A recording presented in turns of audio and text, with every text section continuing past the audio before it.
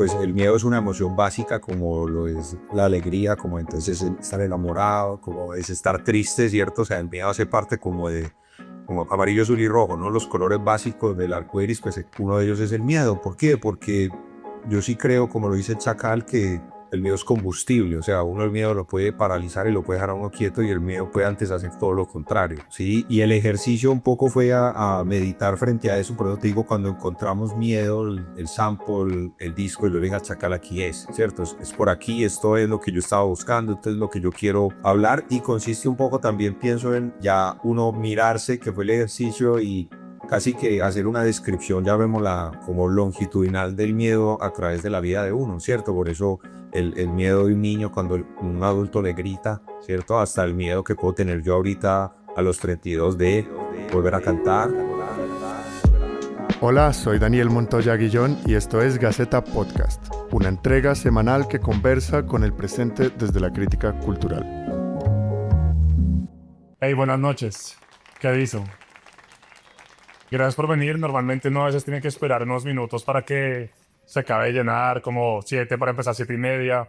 Pero yo que soy puntual valoro mucho como que estén acá desde temprano. Entonces, qué chimba, vamos empezando porque aquí esperamos todos 2 minutos más y ya estamos los que somos.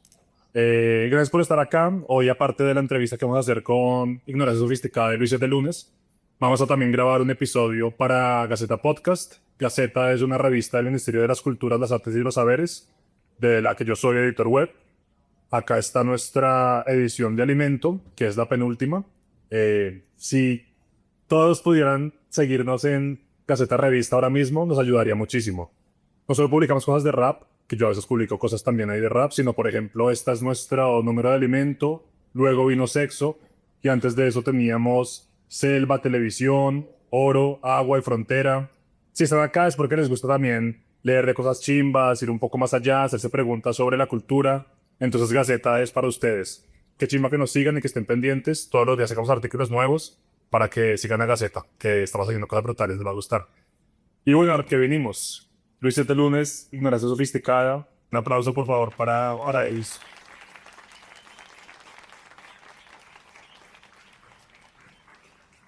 Buenas noches a todo el mundo aquí. Brutal que vinieron a esto.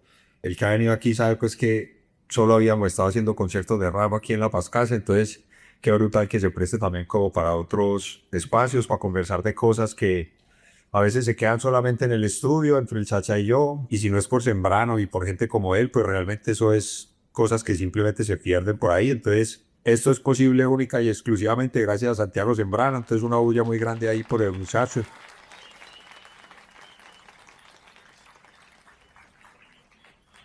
¿Tú qué, Chacal? ¿Te podemos decir Chacal en público o Ignorancia Sofisticada? Buenas noches a todos. Gracias por venir. El Chacal se ha vuelto loco, como dice Luis en el disco.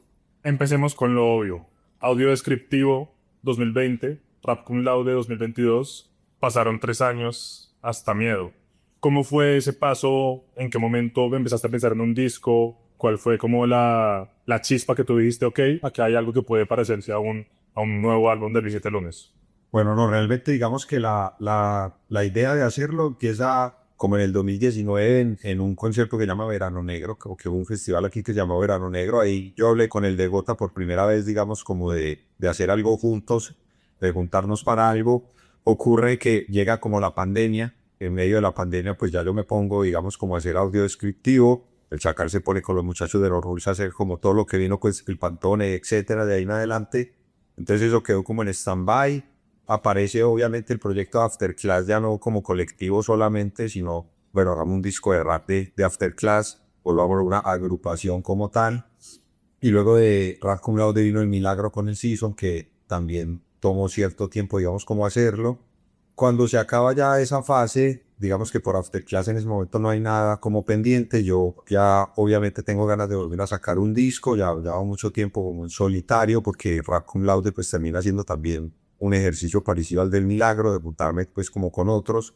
Entonces digamos que aparece eso, el Chacal y yo ya estábamos otra vez pues como por ahí molestando, haciendo cosas, yendo al estudio, etcétera. Entonces aparece otra vez digamos como ese curso o volver a retomar eso que era bueno, ya hizo lo suyo, yo hice lo mío, vamos a hacer un álbum esta vez pues sí entre los dos.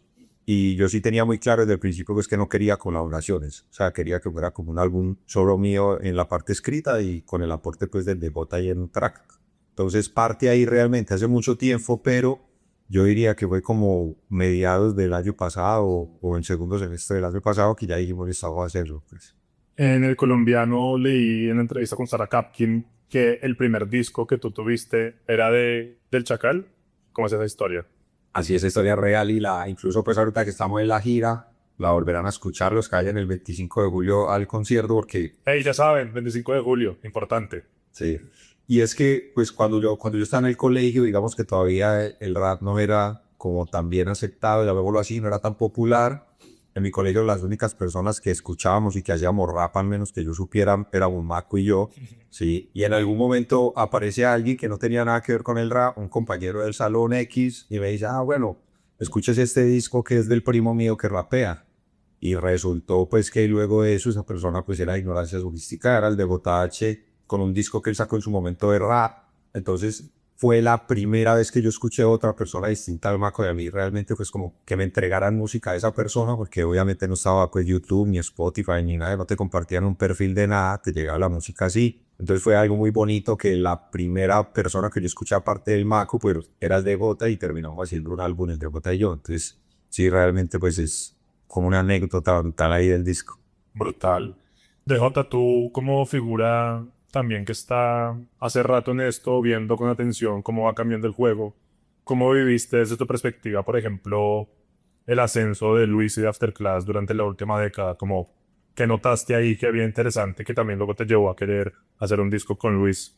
Siempre estuvimos muy cercanos, pues, por los rules, incluso por el Amador del Sol. Yo creo que fue como en el momento, pues, como que me aproximé más con el tema de Pina de Mares, que siempre leía el, güey, yo algún día quiero hacer un remix de esa canción porque me parecía muy, muy increíble. Bueno, la evolución de ellos me pareció increíble, de Big, que he tenido también la oportunidad de hacer beats con él en Pantori y singles, pues, e incluso en Lancha Rápida, que fue también como ya una cosa que fue como más global de varios. Y sí, los muchachos lo han hecho muy bien, son muy viciosos, son cuidadosos con su música. Y bueno, pareció una evolución muy, muy constante. Y tú, Luis, digamos, porque, claro, había la camaradería, se conocía en el estudio, pero en la parte me interesa como que, aparte de lo social y lo anecdótico, en los beats de Ignorancia Sofisticada que encontrabas tú, que quisieras esos lienzos para hacer un disco entero, porque es distinto como, hey, dame un beat para un tema, pero hacer un disco requiere como una sinergia particular. Entonces, ¿qué encontraste en ese sonido, en ese mundo para sumergirte ahí? Sí, yo creo que, digamos que, por ejemplo, comparándolo un poco con El Milagro, que también el de Gota tiene un beat ahí también, pues, dentro del espectro, lo que yo quería hacer en este disco, de alguna manera, requería como otra cosa diferente y el Chacal tiene una cualidad, pues, o muchas, pero una de ellas es que para mí los beats del Chacal crean atmósferas, son como con capas, son cambiantes. De un momento a otro entra otro sample, se combinan samples de cosas distintas.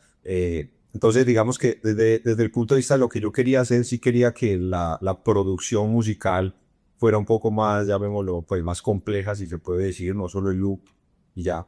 Y eso obviamente lo podía dar el DJ.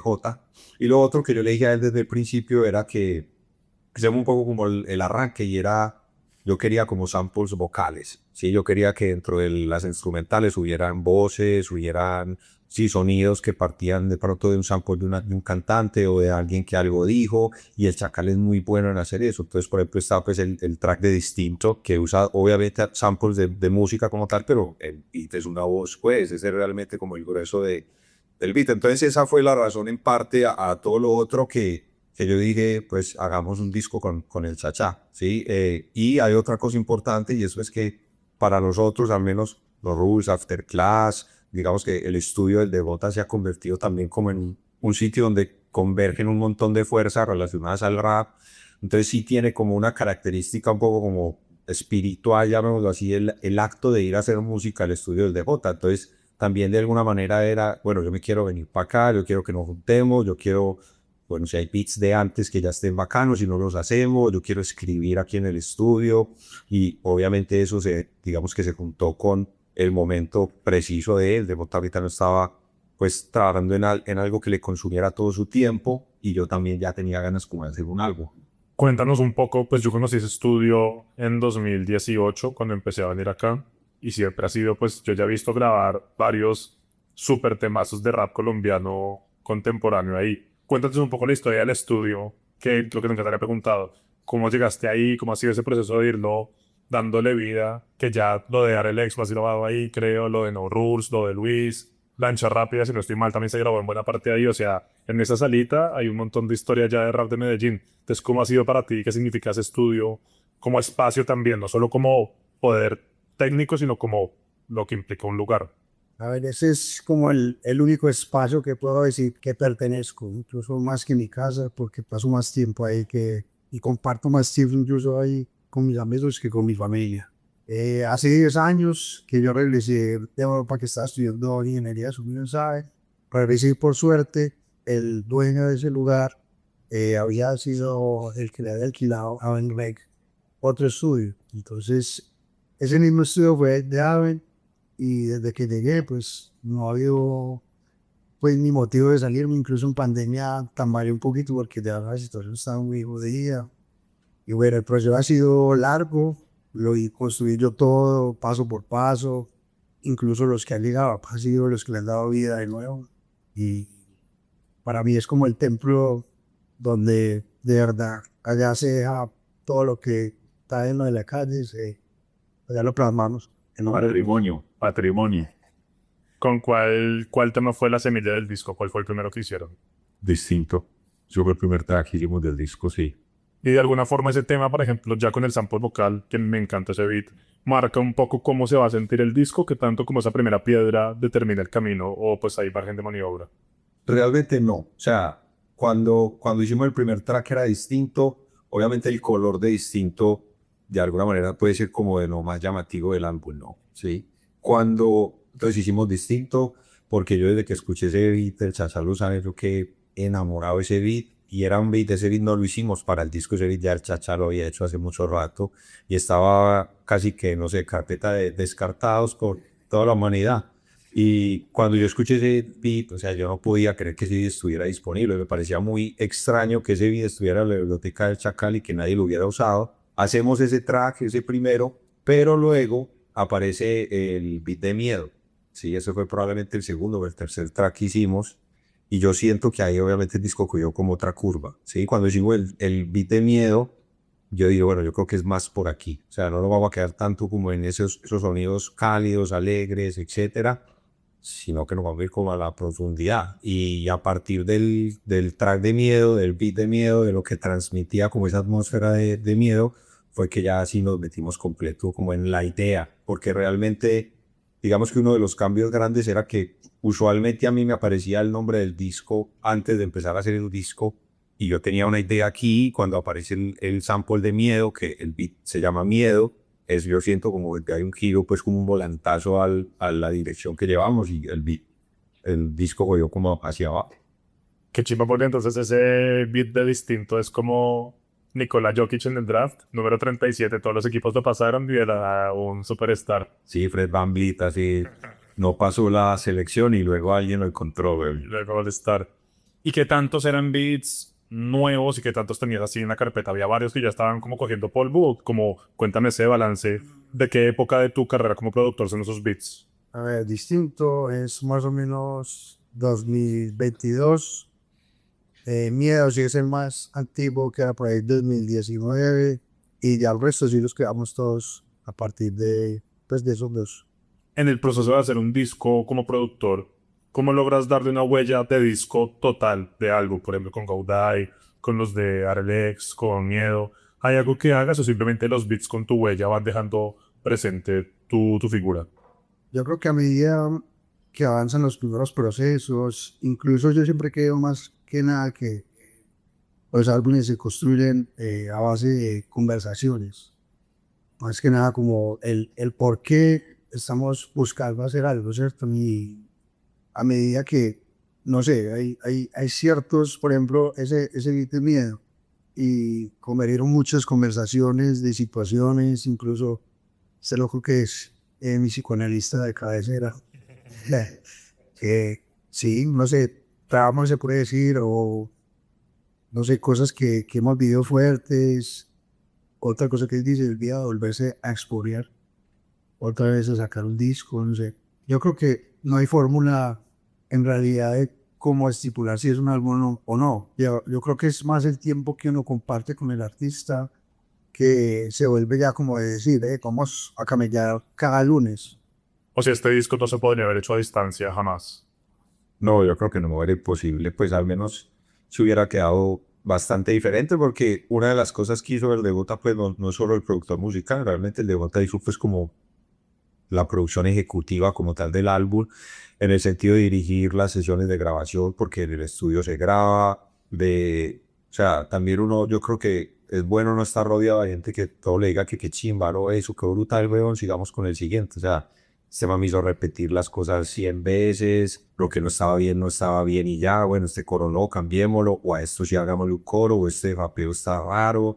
Yo creo que eso obviamente sí le añade mucho al disco porque el otro ejercicio es mándame los beats, yo los grabo en mi casa, los subo, se los mando a la distribuidora y ya ese es el álbum. Y realmente yo creo pues que el álbum no se siente así. Y una de las cosas que a mí más me gustaba del Armador del Sol en algún sentido era que a pesar de que Víctor no rapea en la mayoría de tracks, siempre usted siente como que Víctor está ahí, ¿cierto? Y yo creo que Miedo es exactamente lo mismo, o sea, es imposible decir que ese disco es mío, ese disco no es mío, ese disco es nuestro porque así el Chacal no rapee, las ideas tienen que ver con el Chacal, yo lo menciono, obviamente en un tema rapea y todas las instrumentales son de él, entonces sí creo que es algo que a distancia no se hubiera podido hacer así.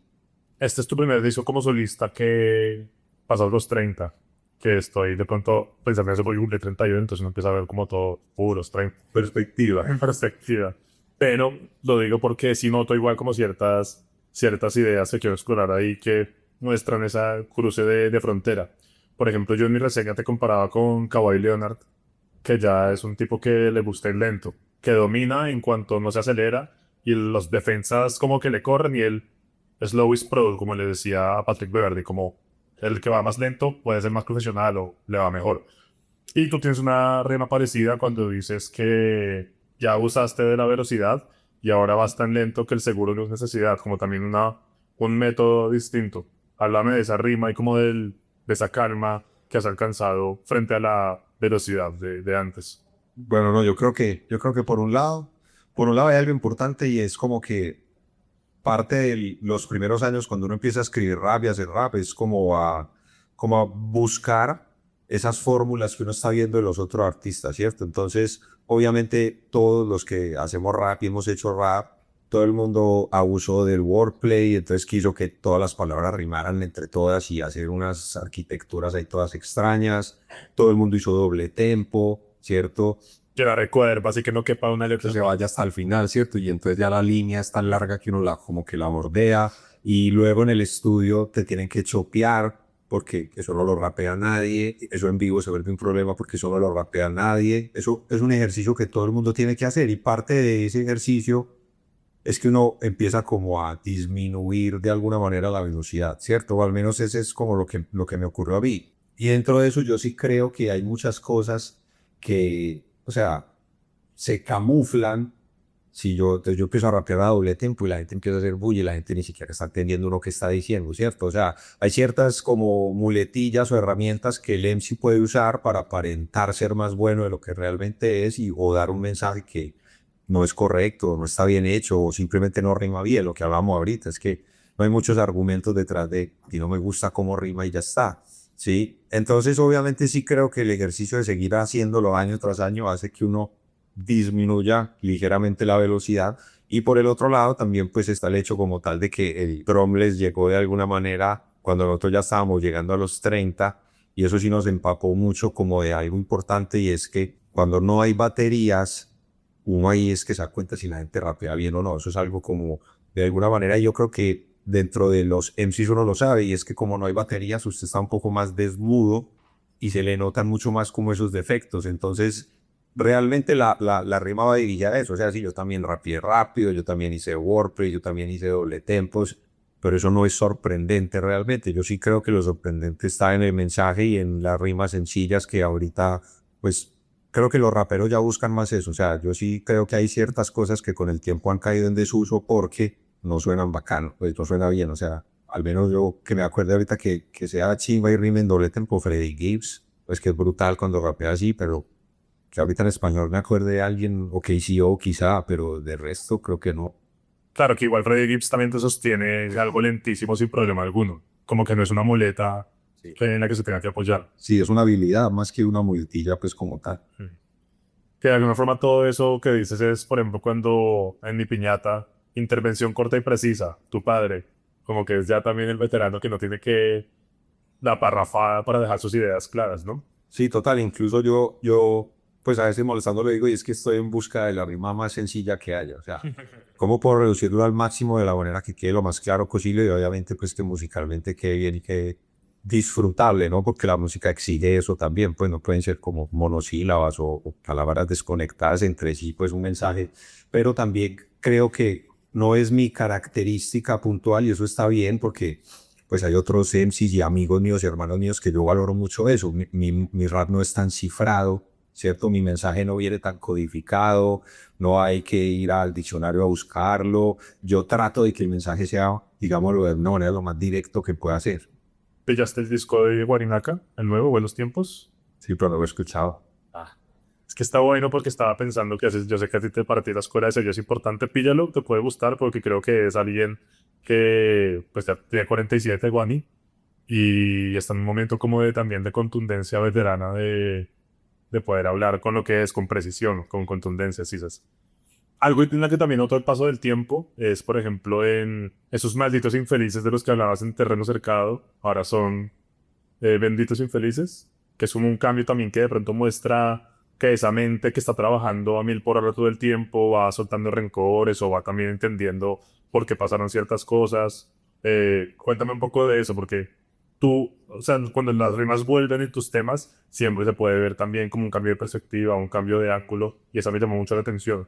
Sí, yo creo que dentro del ejercicio que había en el disco de Miedo y que lo hemos hablado era de alguna manera como enfrentarse a esos miedos y uno al miedo se puede enfrentar de muchas maneras, ¿cierto? Y una de esas es como poner cierta actitud de rudeza y de valentía y de entonces contra el que sea y para las que sea y cómo fue y no sé qué. Y obviamente eso viene cargado pues a veces de enojo, de rabia, etcétera, pero también el mensaje en ese caso puntual tenía que ver, pienso yo, con, no tanto con que yo estoy ocupado y no tengo tiempo de hacer eso, porque pasar enojado no tiene todo el día, sino que realmente es que no quiero desgastarme en eso, sí, creo que, como lo decías vos, pues la vida le va trayendo a uno cosas y las cosas simplemente van ocurriendo, a veces salen bien, a veces no, hay gente que se acerca, hay gente que se va, pero sí no vale la pena yo estar todos los días cargándote el rencor que tenga por X situación. Entonces también parte del ejercicio que hubo dentro del estudio del Devota, pienso yo, fue hablar de muchas cosas que ocurrían en esos momentos, muchas eran dolorosas, muchas producían enojo, pero también partía como de soltarlo, ¿no? Como de hacer el ejercicio de, bueno, no vale la pena, estamos otra vez haciendo música, que es lo que más nos gusta, la música no se debe llenar de ese tipo de energía, pienso yo, y personas que no están aquí, no vale la pena traerlas ni siquiera como con el recuerdo, por así decirlo, y yo realmente pues ya no tengo como ningún tipo de rencor frente a muchas cosas o a muchas personas que me han hecho cosas. Creo que hice un ejercicio grande en perdonar y en soltar todas esas cosas. Y sí, pues yo sé que ellos siguen infelices, ¿no? Entonces, pues que les vaya muy bien porque de este lado no está pasando lo mismo. ¿Y cómo es, Chacal, la relación entre el miedo como emoción creativa? ¿Cómo, de qué forma el miedo puede ser una potencia para un nuevo beat, una nueva letra? Que es como, en principio uno podría pensarlo como una emoción negativa, pero cómo desde ahí pueden brotar nuevas cosas, ¿cómo lo ves tú? Yo creo que la incertidumbre es el camino a la libertad. O sea, siempre hay un miedo, incluso lo que dice Luis, una rima, el miedo a volverse a exponer, querer avanzar cada vez más, hacer las cosas mejor. Pero yo creo que el miedo hay que sentirlo de todas las maneras y el miedo es de un guerrero y llega de muchas maneras, porque nosotros como artistas somos reyes seguros, pues yo me considero rey seguro. Ahora de gestionar muchas cosas en mi vida, pero la música le da a uno una fuerza y yo creo que una vez uno se involucra en la búsqueda de algo específico y lo hace con amor y se desliga de muchas cosas, incluso esos sentimientos que son demasiado caros, como el odio, que requieren mucha atención. Eso lo lleva a otro por estos dos caminos y surgen nuevas ideas. ¿A ti cómo te fue con el miedo como motor creativo? Pues en tu mente ya ha sido declarada en tus letras como un campo de batalla constante. O sea, puta, circularlo siempre tiene sus riesgos, pero nunca había sido como un disco que se llame ¡Pum! Tan contundente. Entonces, ¿cómo fue ese proceso de escritura y del miedo como foco? Poner un disco que se llame Miedo también es poderoso, o sea, es como, tiene una carga intensa ahí. ¿Cómo fue esa parte? Sí, digamos que había algo bacano y era que hubo algunas personas en un parque cuando yo les conté la historia del Bucha, llamarme me miraba como, pues, ¿por qué la vacuna hacía el disco, cierto? Y si yo le pongo al disco alegría o me gané la lotería o lo que sea, puede que se mueva más, venda más boletas, yo no sé, sea más atractivo comercialmente en términos, llamémoslo como de marketing, etcétera. Pero parte del ejercicio tenía que ver un poco con, pues el miedo es una emoción básica como lo es la alegría, como entonces estar enamorado, como es estar triste, ¿cierto? O sea, el miedo hace parte como de como amarillo, azul y rojo, ¿no? Los colores básicos del arco iris, pues uno de ellos es el miedo. ¿Por qué? Porque yo sí creo, como lo dice Chacal, que el miedo es combustible, o sea, uno el miedo lo puede paralizar y lo puede dejar a uno quieto y el miedo puede antes hacer todo lo contrario, ¿sí? Y el ejercicio un poco fue a meditar frente a eso, por eso te digo, cuando encontramos miedo, el sample, el disco, y lo venga Chacal aquí es, ¿cierto? Es por aquí, esto es lo que yo estaba buscando, esto es lo que yo quiero hablar y consiste un poco también, pienso en ya uno mirarse, que fue el ejercicio y casi que hacer una descripción, ya llamémosla como longitudinal del miedo a través de la vida de uno, ¿cierto? Por eso el miedo de un niño cuando un adulto le grita, ¿cierto? Hasta el miedo que puedo tener yo ahorita a los 32 de volver a cantar, ¿cierto? Y no sé, confundir ese miedo con, como decía el Chacal, como con la debilidad o con la cobardía, que era otro objetivo, pienso yo, de esto, o sea, el que no tenga miedo está diciendo mentiras, ¿no? Porque uno está lleno de eso todo el tiempo, pero hay un montón de miedos constantes y uno decide enfrentarlos. O sea, uno consciente o inconscientemente tiene miedo del día, pero se levanta y lo hace, ¿cierto? Tiene miedo del trabajo, pero va. Tiene miedo de un disco nuevo, pero lo hace. Entonces sí creo que, aunque uno no lo crea, y por eso fue un ejercicio reflexivo, porque nos dimos cuenta de eso, muchas veces uno está haciendo las cosas es precisamente por batallarle ese miedo que tiene de que no hacerlo te lleve a otro lugar o no hacerlo finalmente significa hacer otra cosa. Cuando yo no hago un disco, estoy haciendo, digamos, me estoy yendo a otro camino, voy a terminar haciendo otra actividad. Entonces, sí termino actuando por miedo. Así yo me quedé quieto o así decía no hacer algo, pues terminé haciendo alguna huevada, ¿no? ¿Has pillado la frase de Popovich sobre miedo? Popovich es Greg Popovich, entrenador mítico de los Spurs de la NBA. Pues se acaba de retirar, ya está veterano. Pero pues fue el que ganó todo con Tim Duncan y Tony Parker, Manu Ginobili, David Robinson. Y él tiene un concepto muy interesante que es como, bueno, no sé si él, yo se lo conocía a él, seguro no es suyo, pero como el miedo apropiado, del appropriated fear, que dice como, tú no puedes salir a un partido cagado de miedo. No, obviamente pues vas a perder. Pero tampoco puedes salir a un partido como si nada, como es un día cualquiera. Él dice que la clave para ganar y de sus equipos ganadores era el nivel de miedo apropiado que hacían que entrenaran con intensidad porque sabían que si no venían los Lakers a cogerles el título, que salieran con intensidad en cada partido porque aunque sean un equipo campeón, todos son profesionales y no sales a salir el primer cuarto, te metes 5 triples y se acabó el partido del primer cuarto, aunque sean los Charlotte Hornets, no importa. Entonces me gustaba este concepto porque muestra el miedo en vez de como una debilidad, como una vaina de que te pone, de que te importa. O sea, miedo de todo lo que puede salir mal y porque puede salir mal es que te preparas para que salga bien. O sea, por eso te importa y le das aún más de lo que no es tan casual la forma en que te aproximas. Como, ¿qué dirías de esa frase de Popovich? No, brutal. Yo creo que obviamente guarda, pues como no la he escuchado, guarda relación con lo que estamos hablando, ¿sí? Yo puedo quedar totalmente paralizado por el miedo un rato, un momento, obviamente, pero yo también puedo irme encontrando escenarios en los que precisamente el miedo es el combustible para yo ir y hacer las cosas bien. O sea, el MC que no tenga miedo que aparezca otro MC que rapee más que él, está diciendo mentiras, ¿sí? Por eso yo tengo que ir a intentar hacerlo lo mejor que puedo, a sacar las mejores rimas, a buscar lo más ingenioso, que precisamente tengo miedo que a alguien se le ocurran primero que a mí, ¿no? Entonces tengo que ir a grabarla rápido, tengo que ir donde el chacha, me tengo que juntar porque eso está ahí revoloteando en el aire y si yo no cojo esa idea, alguien más la coge, ¿sí o no? Entonces sí creo que pues va un poco como eso, es una manera, pienso yo, en el disco de demostrar que es combustible, o sea, lo único que estamos haciendo es actuar en base a, ¿cierto? Lo estamos haciendo porque, claro, parte de esto es que tenemos miedo de que X situaciones ocurran o que X procesos no ocurran, ¿sí? Ya, ya. Que claro, es muy bacano porque entonces tenemos el miedo también como emoción competitiva, como emoción creativa, que de alguna forma lo abordas en el disco y me gusta mucho, como no es la caída, es el temor a la caída lo que nos detiene. Entonces como también considerar qué es realmente lo que nos está